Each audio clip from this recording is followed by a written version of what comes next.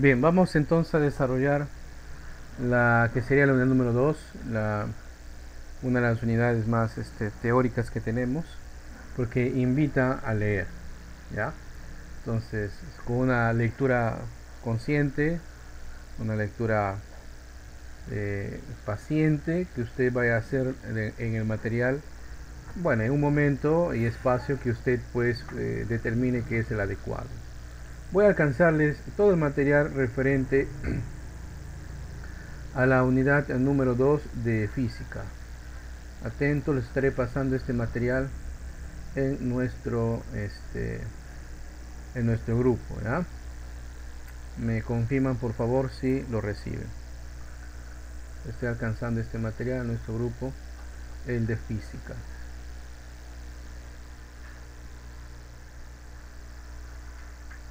Está llegando, profe, se está llegando. Sí, profe, ya llegó. Ya, muy bien.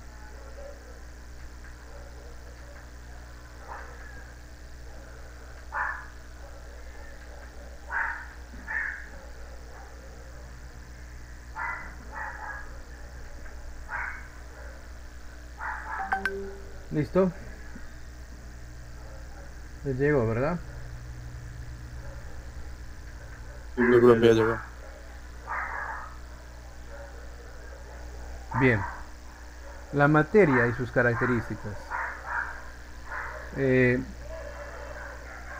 en las escuelas, en el colegio sobre todo, eh, muchas veces los profesores de ciencias han tratado de, que de hacernos entender de que si nosotros cogemos un cuerpo, ¿no? Ese cuerpo al dividirlo, pues lo dividimos en partículas, ¿no? Esas partículas, si las seguimos dividiendo, vamos a obtener moléculas. Esas moléculas, si las seguimos dividiendo, obtenemos pues más pequeñas en átomos, ¿no? Y sitúan pues para la química, bueno, para la ciencia de la química, una de sus partículas más pequeñas pues es el átomo.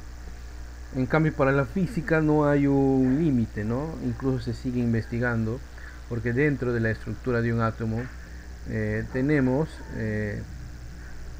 estructuras aún más pequeñas. Entonces el átomo tiene elementos aún más pequeños. ¿Cuántos? Pues se han descubierto varios: electrones, neutrones, protones, núcleos. Incluso ahora hay laboratorios muy especializados, ¿no?, que colisionan partículas subatómicas para que éstas además se desprendan y se pueda estudiar eh, cuáles son esas otras partículas, ¿no? Se puede demostrar su existencia. Eh, uno de estos laboratorios, por ejemplo, queda entre la frontera entre estos países europeos que son Francia, no me acuerdo el otro que es Bélgica, Suecia creo. No, en Francia, no recuerdo con qué país fronterizo más. Hay lo que se conoce como el colisionador de hadrones, que prácticamente hicieron una rosca gigante en donde hay tubos y se hace colisionar pues estas partículas, ¿no? Y se van estudiando. Eh, la ciencia avanza así, de esa manera. Lo que seguramente a nosotros nos ha enseñado en el colegio pues es a esta estructura clásica del átomo, ¿no?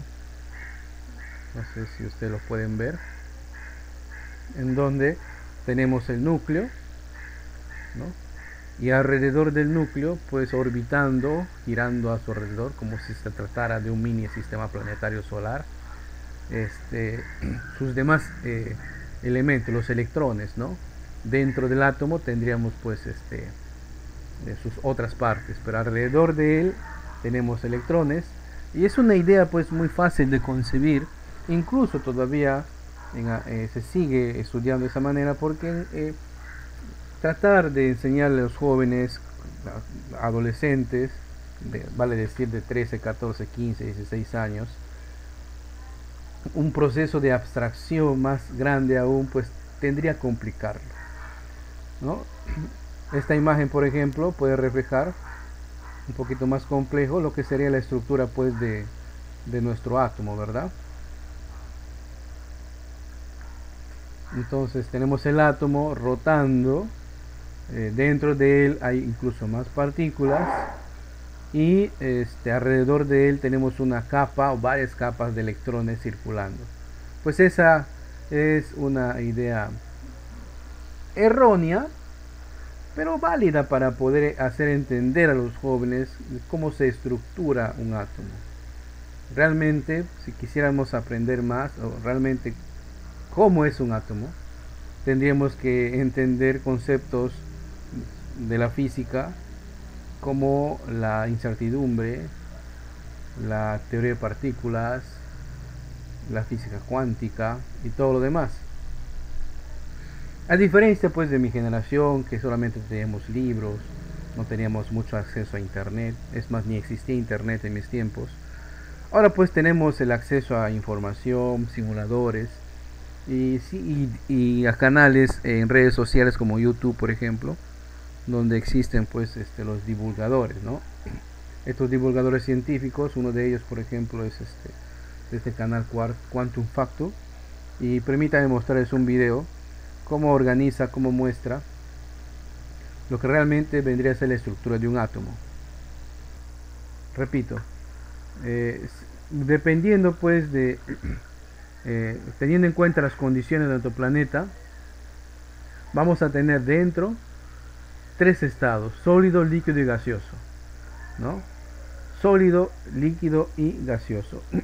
Dependiendo, pues, de su estructura interna. Ya hemos dicho que las partículas más pequeñas, pues, son formadas por partículas subatómicas, y el átomo y el conjunto, la forma como se atraen estos átomos, pues van formando estructuras, ¿no? Van formando estructuras. Estas estructuras van dando, pues, forma y van determinando si esa materia, ese cuerpo, va a tener o va a estar organizado en un estado sólido, en un estado líquido o en un estado gaseoso. En la tabla de elementos de la tabla periódica hay elementos que naturalmente en el planeta Tierra se encuentran en estado sólido, como por ejemplo algunos metales, ¿no? Como el hierro, el cobalto, el níquel, el cobre, ¿no? Y hay algunos raros, medio extraños, como el único metal líquido que encontramos acá en el planeta Tierra. No sé si ustedes han escuchado el mercurio, ¿no? El mercurio, ¿no? Es un metal, se considera un metal, pero su estado natural acá en el planeta es el líquido, ¿correcto? Hay otros elementos que son gaseosos, ¿no? Como por ejemplo he mencionado el hidrógeno, los gases nobles como el helio, neón, argón, ¿no? O el oxígeno, el nitrógeno, por ejemplo. Y dependiendo, pues, de qué depende la estructura de un cuerpo, si esté en estado sólido o en estado gaseoso. Internamente, un cuerpo, pues, se organiza por estructuras atómicas, ¿correcto? O sea, los átomos se van uniendo y van formando una estructura. Dependiendo qué tanta energía interna tengan esas partículas, pues esa materia unida va a tener o un estado sólido, o un estado líquido, o un estado gaseoso. Por ejemplo, si observamos la animación, podríamos observar que ahí en un estado sólido, cuando el cuerpo está en un estado sólido, sus moléculas y átomos de su estructura interna como que apenas se pueden mover, ¿verdad? Entonces en un estado líquido están más sueltos, ¿correcto? En cambio, en un estado gaseoso, tiene sus átomos y sus moléculas tienen tanta energía que están en un continuo pues movimiento caótico, ¿no? Entonces los sólidos son aquellos que tienen una estructura interna, ¿no? Y esta estructura de los elementos sólido, líquido y gaseoso puede ser alterado según la temperatura, ¿ya? Según la temperatura que nosotros vayamos adicionando, ¿no? Si nosotros incrementamos la temperatura de un cuerpo, o sea, le estamos agregando energía a ese cuerpo, sus moléculas están ganando energía de tal manera que comienzan a movilizarse, a moverse, a repelerse, ¿no? Entonces la manera artificial que tenemos nosotros para poder alterar el estado natural de un elemento, de un cuerpo, sea eso sólido, líquido, gaseoso, es incrementando su energía interna, esta forma de energía de calor, o sea, incrementando su temperatura, agregándole más energía, vale decir, metiéndole fuego, ¿no? Llamas, calor, ¿no? Entonces, dependiendo entonces de eso, ¿ya? Vamos a tener las siguientes características en los tres estados básicos que estamos estudiando. En el estado sólido se caracteriza porque su volumen es definido, o sea, se puede medir su volumen, ¿sí? Tiene largo, ancho y alto. Un ladrillo, por ejemplo, todos conocemos, cuando digo ladrillo, tenemos una imagen mental de un ladrillo. Está en estado sólido, ¿verdad? Entonces tiene un volumen definido. Podemos medirlo, podemos calcularlo. También en el estado sólido, todo cuerpo que esté en estado sólido tiene una forma definida, ¿sí? Un ladrillo tiene la forma de un cubo, ¿no? O un cuboide. Y dentro de un cuerpo, vamos a la animación, estas moléculas, entre ellas experimentan, ¿ya? Estas moléculas entre ellas experimentan dos tipos de fuerza, una fuerza de atracción y una fuerza de repulsión, ¿no? En donde se repelen estas dos moléculas o estas moléculas. Internamente existen esas fuerzas, y en estado sólido se da la característica que las fuerzas de atracción son mayores a las fuerzas de repulsión, de tal forma de que sus estructuras moleculares permanecen muy juntas, ¿no? Es muy difícil separarlas, salvo que se le agregue energía, o sea, calor. En cambio, en el estado líquido podemos notar que también tiene un volumen definido. Por ejemplo, la gaseosa, el agua que nos compramos, la unidad en la que compramos es en volumen, ¿no? Dame 1 litro de agua, ¿no? Una gaseosa de 3 litros, estás en la pollería con tu familia. El litro es una unidad de volumen, entonces tiene un volumen definido. Por eso se compra todo lo que es líquido, se comercializa nuevamente en esa unidad de volumen. En cambio, en estado sólido normalmente se comercializa por unidades cúbicas, por metros cúbicos, centímetros cúbicos, milímetros cúbicos, ¿no? Los que son carpinteros o comercializan madera utilizan normalmente esa medida para poder calcular el costo de la madera, ¿no? Metros cúbicos, no, pies cúbicos, ¿no? Eso utilizan ellos. En cambio, en el estado líquido, a diferencia del estado sólido, no hay una forma definida. Todo cuerpo que se encuentre en estado líquido siempre va a tener la forma del recipiente que lo contenga, ¿ya? Si cogemos agua, siempre el agua va a tener la forma del recipiente que lo está conteniendo. Si es una bandeja, va a tener la forma de la bandeja. Si es una botella, tendrá la forma de la botella. Eso es aprovechado, por ejemplo, para que seguramente ustedes han visto acá lo que llamamos curichi, ¿no? Chupetes, tiene una forma a veces medio característica, ¿no? Simplemente lo ponen en un envase que tiene esa forma, y cuando está congelado, adquiere esa forma, ¿no? Ese contorno. Dentro de la estructura interna de los cuerpos que estén en estado líquido, se comprueba que la fuerza de atracción equivale a la fuerza de repulsión. ¿Ya? Casi están equiparadas. Casi están equiparadas. En el estado gaseoso, tiene un volumen indefinido y una forma indefinida. No podemos calcular el volumen de un elemento o de un material que esté en estado gaseoso, porque lo que naturalmente tienden a hacer es a expandirse, ¿sí? A expandirse. Pero cuando usted en la casa, de repente su mamá, sus hermanas se echan un perfume, están en el cuarto, usted está en la sala, a veces el gas contenedor de ese olor se expande en toda la casa y en un momento llega pues a sus narices, ¿no?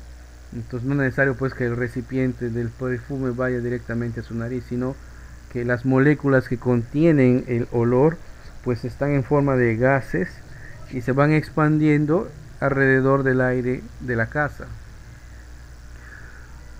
Los elementos que estén en estado gaseoso tampoco tienen una forma definida, ¿ya? Por eso es que cuando nosotros vamos a comprar, por ejemplo, gas propano, ¿no? El propano está en estado de gaseoso. Normalmente pues como no tiene un volumen, no nos pueden vender por metros cúbicos o por litros, nos venden por masa, en kilogramos. El gas doméstico que nosotros compramos, el balón normal, normalmente pues tiene 10 kilos, ¿no? No sé si ustedes han visto, 10 kilogramos. Hay más pequeños, hay más grandes, ¿no? ¿Y qué forma tienen? Tienen la forma del balón del gas, ¿no? Si ustedes han visto, si han ido a comprar su gas, han notado de que el gas es contenido dentro de ese recipiente. Entonces, ¿qué forma tiene? La forma del balón del recipiente que lo está conteniendo. ¿Y cómo podemos medir? ¿Cómo se puede comercializar el gas? Como no tiene un volumen definido, pues se comercializa normalmente por masa, por el peso, ¿no? Cuando uno adquiere su balón de gas, ¿no? Cuando uno adquiere su balón de gas, normalmente pues nos vende por kilogramos, ¿no? El uso común es el de 10 kilogramos. La pandemia, por ejemplo, lamentablemente ha extendido bastante el conocimiento respecto al manejo de los gases, ya que un balón de oxígeno, cuando se comercializaba, no te vendían por kilo, sino por la medida de un instrumento, ¿no? Que nos ayudaba a fijar cuánto de contenido de gas teníamos, que era el manómetro, ¿no? El manómetro es un instrumento pues, que nos ayudaba a medir, ¿no? Si dentro del recipiente, el recipiente está full, está en la mitad o está por acabarse, ya que internamente, como el gas quiere salir del recipiente, ejerce una presión, pues, ¿no? Una presión como de querer salir del recipiente. Eso es monitorizado por un instrumento de medición que se llama manómetro, ¿no? El manómetro es un instrumento que nos permite calcular o determinar la presión interna de un recipiente, en este caso un recipiente que contiene gas, ¿ya? Contenía gas. Además, en el estado gaseoso, la fuerza de atracción ya es vencida por la fuerza de repulsión. Tal es así de que si nosotros abrimos un contenedor que contiene gas, el gas, como sus partículas están tan cargadas de energía y la fuerza de repulsión es tan grande, pues simplemente salen disparadas hacia el ambiente, ¿no? Por eso es que en el estado gaseoso, si el gas no está contenido, todas las partículas se van expandiendo y se expande hasta que termina pues ya diluyéndose en el ambiente, ¿correcto? ¿No? Estado líquido, no olviden, en las características del estado sólido, volumen y forma definida. Su fuerza de atracción es mucho mayor a la fuerza de repulsión. En el estado líquido también siguen teniendo volumen, en cambio no tienen forma definida, ¿no? Van a tener la forma del recipiente que les contenga.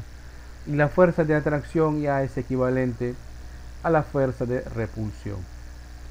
En cambio, en el estado gaseoso no tienen ni volumen ni forma definida, ¿no? Y he explicado que cómo se comercializa el gas, por ejemplo, es mediante masa o por medida de instrumento, ¿no? Y para hacer contenido se necesitan pues recipientes cerrados. Estos recipientes cerrados generalmente siempre tienen que tener una forma cilíndrica, ¿ya? Porque la forma cilíndrica pues mantiene y resiste mayor presión. Y algo curioso, miren, ¿ah? Cuando el gas está contenido en un recipiente, ¿no? Está tan contenido dentro de un recipiente que a veces se comporta como un líquido. Si ustedes han cargado en hombros un balón de gas, habrán notado de que si inclinas el balón hacia un lado hacia el otro, es como si el contenido tendría agua o algún líquido, ¿verdad? Aunque en realidad también le ponen agua a los condenados. O si han visto los encendedores, esos que venden pues de un sol, de 50, ¿no? Han visto esos encendedores, internamente tienen gas, tienen propano, ¿no? Pero como está contenido, está presionado dentro de ese recipiente, se comporta como líquido. Es más, si ustedes los ven a trasluz, habrán visto, seguramente, parece que tuviera un líquido. No es hasta que rompas eso, que seguramente has notado, que en realidad era gas, ¿no? En realidad es propano, ¿no? Los líquidos, perdón, los gases cuando se comprimen en un lugar, se comprime un lugar, se comportan así como líquidos. Y cuando se rompe o se fisura el recipiente contenedor, normalmente pues el gas va adquiriendo energía del ambiente y todo lo que esté a su alrededor se enfría, ¿no? Si ustedes han notado cuando a veces hay una fuga en esos contenedores, ¿no? En esos recipientes, ¿no? En esos recipientes,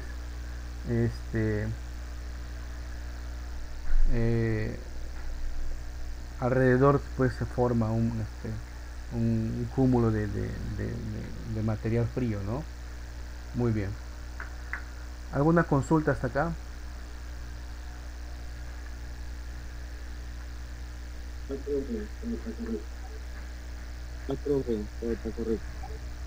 Muy bien.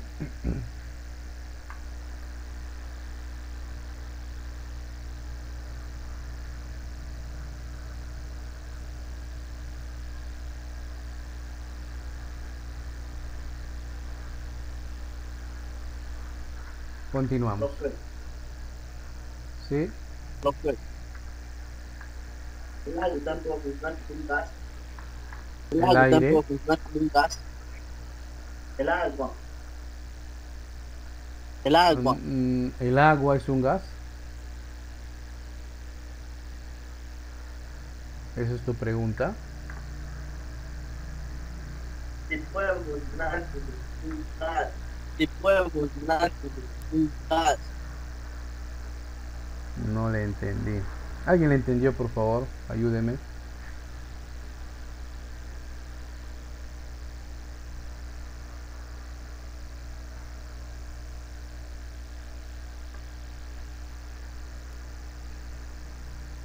Creo que quiere decir que si el agua se podría convertir en gas, algo así. Creo que quiere decir que si el agua se podría convertir en gas, algo así, profe. Claro, el agua al estar en estado líquido, eso vamos a ver ahora, agregándole energía, ¿ya? Agregándole energía en forma de calor, el agua se convierte pues en estado gaseoso, ¿ya? El agua. Y justamente lo que tenía que ver, ¿ya? ¿Cómo así? Ya que hay cambios de estado. Si nosotros agregamos o quitamos energía en la forma de calor, podemos observar cambios de estado en la materia. ¿Cómo así? Si nosotros agregamos calor, por ejemplo, el caso que puso el compañero, al agua, ¿ya? Al agua, el agua que está en estado líquido, ¿no? Se convierte en estado gaseoso, genera vapor de agua. ¿Por qué? Porque le estamos agregando tanta energía a sus moléculas que en un momento pues ya su energía de repulsión sobrepasa su energía de atracción y se convierte en gas. ¿Ya? Este proceso en el cual se pasa de un estado líquido a un estado gaseoso se conoce, acá está, como vaporización. ¿Ya? Pero si a un gas le quitamos energía, ¿no? Pasa el efecto contrario, se convierte a líquido, ¿no? Ese proceso se conoce como licuefacción. Normalmente podemos nosotros observar este fenómeno en las nubes, ¿no? O en cuando a veces estamos sirviendo nuestra agua o algún alimento en nuestra olla, en la tapa de la olla, ¿no? El vapor del agua que se ha evaporado, ese gas ha chocado contra ese material y como hay una diferencia de temperatura, entonces pierde y se convierte nuevamente en estado líquido, ¿no? Y justamente es el proceso que se utilizaba antes, ¿no? Solamente acá en la Amazonía se sembraba pues la caña, ¿no? Se cosechaba, se le ponía pues en recipientes, se fermentaba y ese fermento, parte del desperdicio es alcohol, ¿verdad? Entonces lo que hacían para separar el alcohol del agua era agregarle calor y ese vapor, lo primero que se evapora pues era el alcohol. Entonces eran pasados por unos tubos de cobre y ese cambio de temperatura pues lo convertían nuevamente a líquido y pues ahí destilaban el aguardiente que conocen, ¿no? Utilizan este procedimiento. Ahora bien, si un cuerpo está en estado sólido y se le agrega calor, pues ese proceso se llama fusión y se convierte en líquido, ¿ya? Lo contrario, si está en estado líquido y se le quita calor, se convierte en estado sólido, ese proceso se llama solidificación. Hay procesos en la naturaleza en donde rápidamente un cuerpo gana o pierde energía. Por ejemplo, cuando se pasa de estado sólido directamente al estado gaseoso, ese proceso se llama sublimación.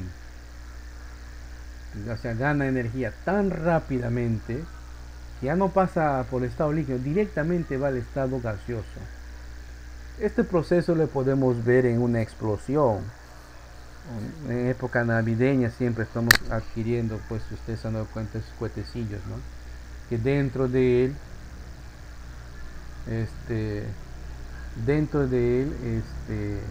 tiene pólvora y algunos otros insumos químicos que están en estado sólido, ¿no? Y hay una chispa y genera una reacción tan rápida que se convierte rápidamente en gas, libera una energía rápidamente, ¿no? Normalmente los cuetecillos pues se utilizan para hacer los sonidos, pum pum que suenan, ¿no? O los colores. Y en la industria, pues en la industria minera es para volar pues cerros, montañas. O cuando a veces pasa un accidente, ¿no?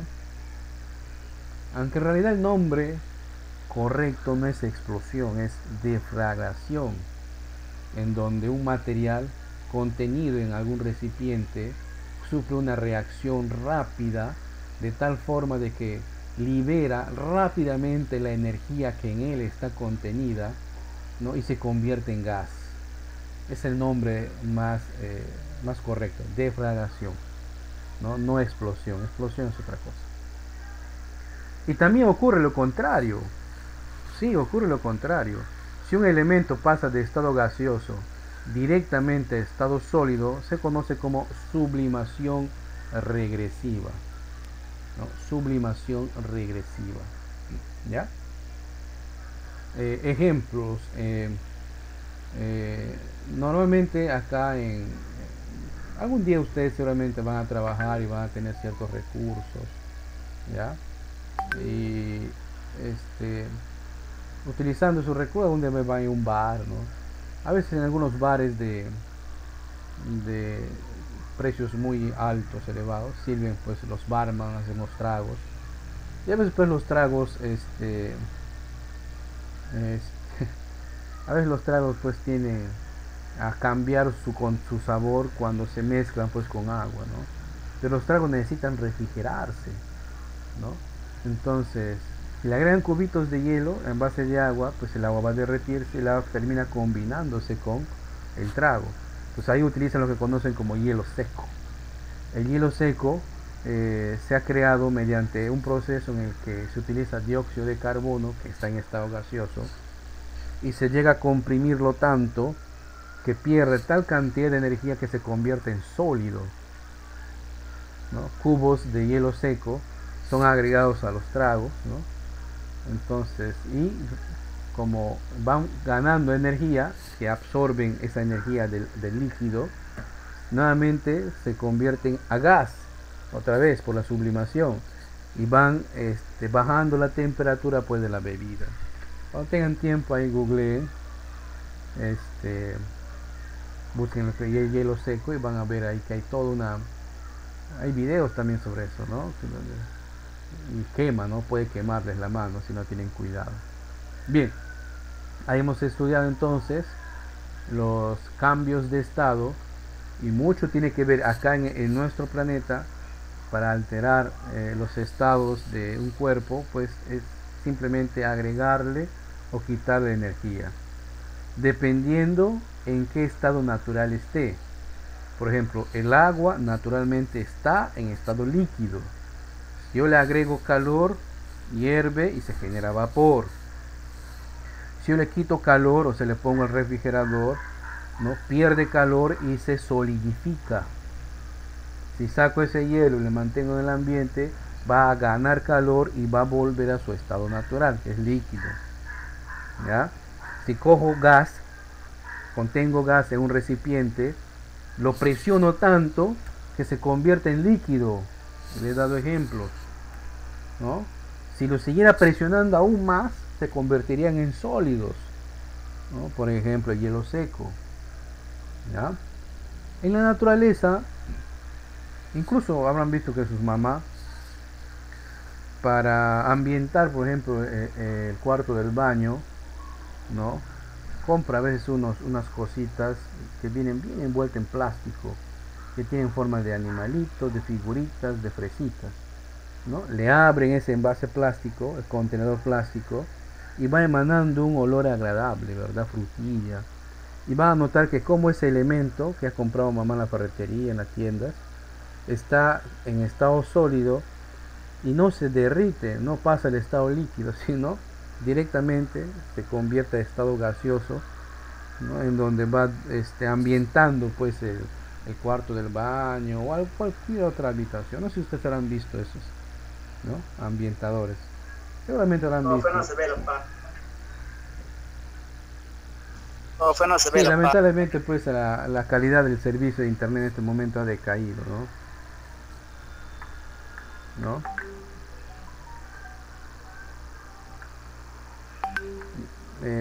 Pero les queda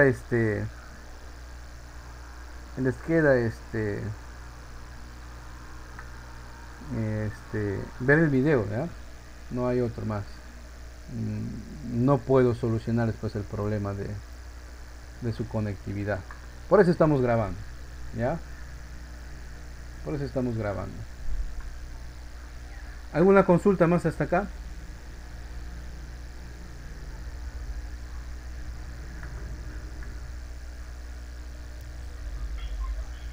No, profe, ninguna. No, profe, ninguna. Muy bien. A ver, ahí Ángel Christopher, te escuchamos. Hacer una preguntita.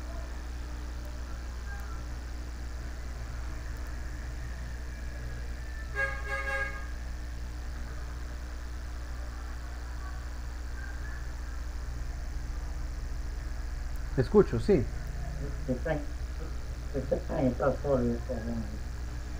Está en, está en estado sólido estos gases.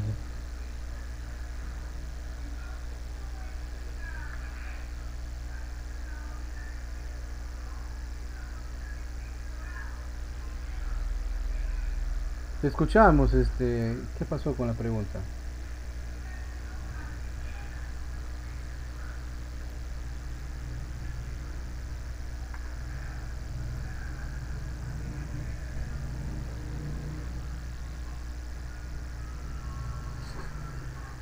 Hola, mi compañero.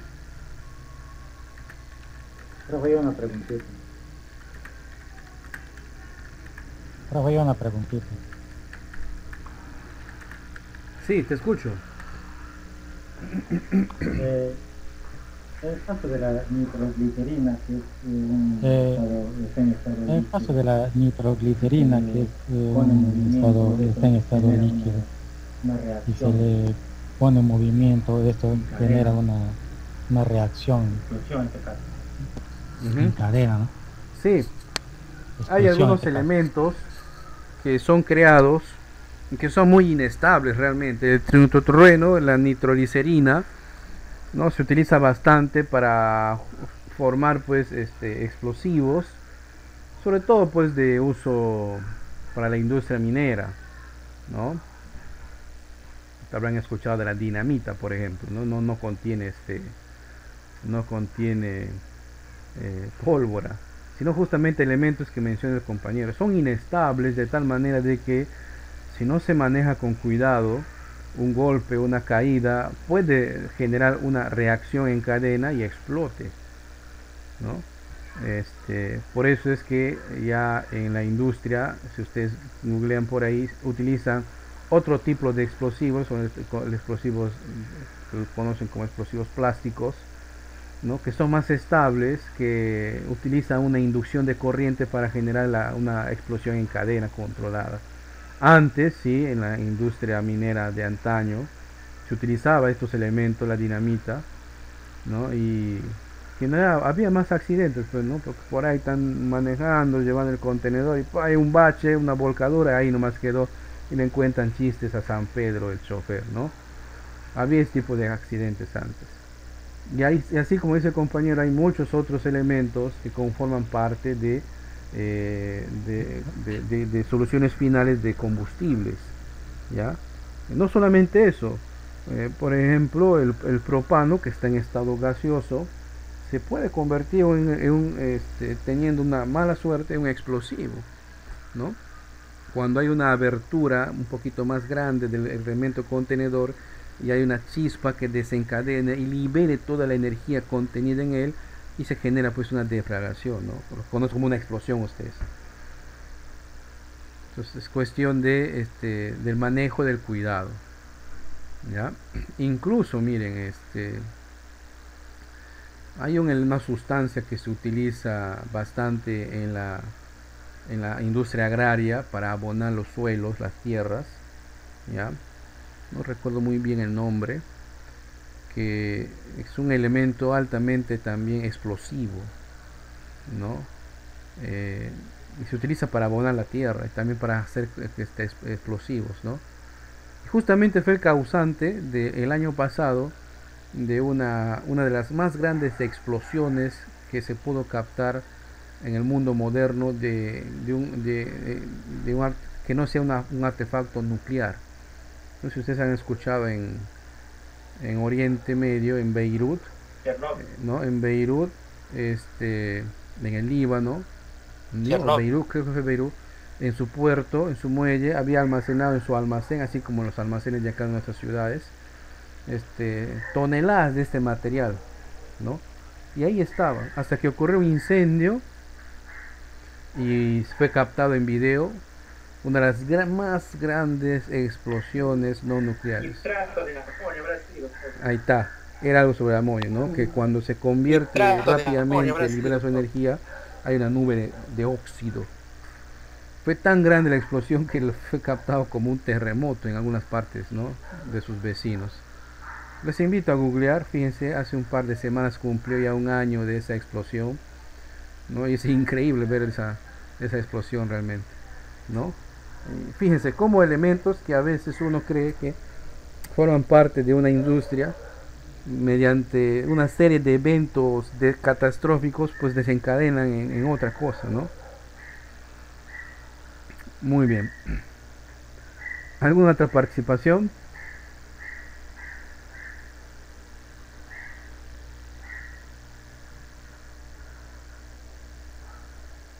Muy bien. Excelente. Dame Otro de las desgracias más grandes también fue la de Chernobyl, ¿no? Claro, lo que pasó en Chernobyl fue ¿no? que, a ver, Sí, pues, Tony. los reactores nucleares de esa época utilizaban pues uranio. El isótopo de uranio, pues un uranio un poco medio alterado que se dispara y generaba el átomo se particiona tanto que libera calor. Ese calor hace que el vapor de agua, el agua se convierte en vapor y ese vapor haga girar unas turbinas que al final lo convierte en energía eléctrica, ¿no? Pero hasta ese momento, según, por ejemplo, hay varios documentales, varias películas, ¿no? En donde explica realmente lo que pasó. Bueno, una de las teorías, una de las bóvedas, de las calderas de los reactores, pues llegó a tener un punto crítico y explotó, pues, ¿no? La energía nuclear es una energía, sobre todo la energía de fisión, se llama así, ¿eh? Es fisión. Lo negativo de esta energía es que, si bien es cierto, no genera desperdicio al ambiente como el CO2, pero si ocurren estos accidentes, la radiación y la contaminación radioactiva que se dispersa en el ambiente es muy perjudicial para nosotros, para los humanos y para la naturaleza, ¿no?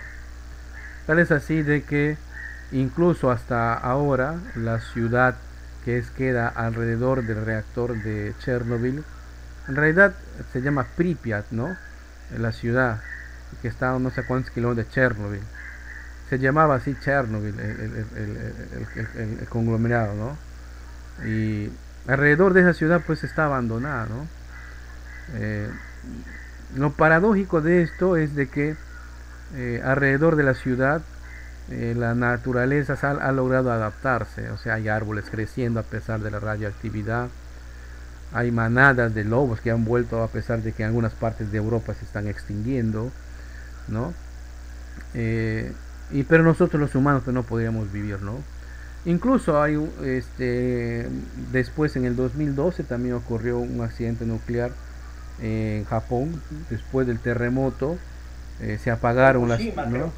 Claro, Fukushima, se apagaron las turbinas, no se pudo refrigerar el material de la bóveda de donde se estaba haciendo la fisión y obviamente se sobrecalentó y explotó. Mucho de ese material radioactivo pues se filtró al mar, ¿no? Y según las corrientes marinas, pues algunas partes pues se ha difundido por todo el mundo, pues, ¿no? Es más, seguramente habrá pues algunos peces que contengan ese material radiactivo. Hay ciertas zonas cerca a Fukushima, pueblos que donde no pueden regresar, no pueden regresar desde 2012 hasta ahora, miren, fíjense, ¿no? Entonces es una tecnología lamentablemente que es limpia entre comillas mientras no ocurra accidentes. El gran problema de la humanidad, jóvenes, es el problema energético. Cómo convertir tipos de energía en energía eléctrica, porque es la energía que nuestra sociedad moderna utiliza. Hay quemando carbón, combustibles fósiles, acá en Quito es quemando combustibles fósiles, hay caídas de agua en las centrales hidroeléctricas, quemando el gas natural, pero todo ello genera pues desperdicios, ¿no? Y eso va calentando pues el ambiente y como hace 2 días creo salió un informe respecto a los problemas del cambio climático y ustedes son testigos, prende la noticia internacional y estamos viendo que de Europa pues casi toda Europa, en casi toda Europa hay incendios forestales, ¿verdad? En Estados Unidos, casi todo el hemisferio norte está con este problema de los incendios forestales. No sabemos a qué punto ya es irreversible el cambio climático. Muchos consideran esto pues que es una panacea, un sueño, una ficción, pero ya estamos sintiendo los efectos, incluso acá en nuestro ambiente, ¿verdad? ¿Ya? ¿Ok? ¿Alguna otra consulta? Profe, cierto.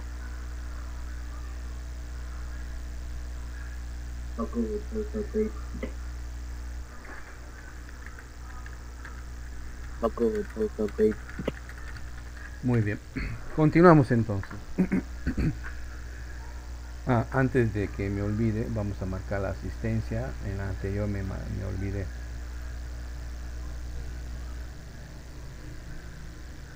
Un momentito, por favor.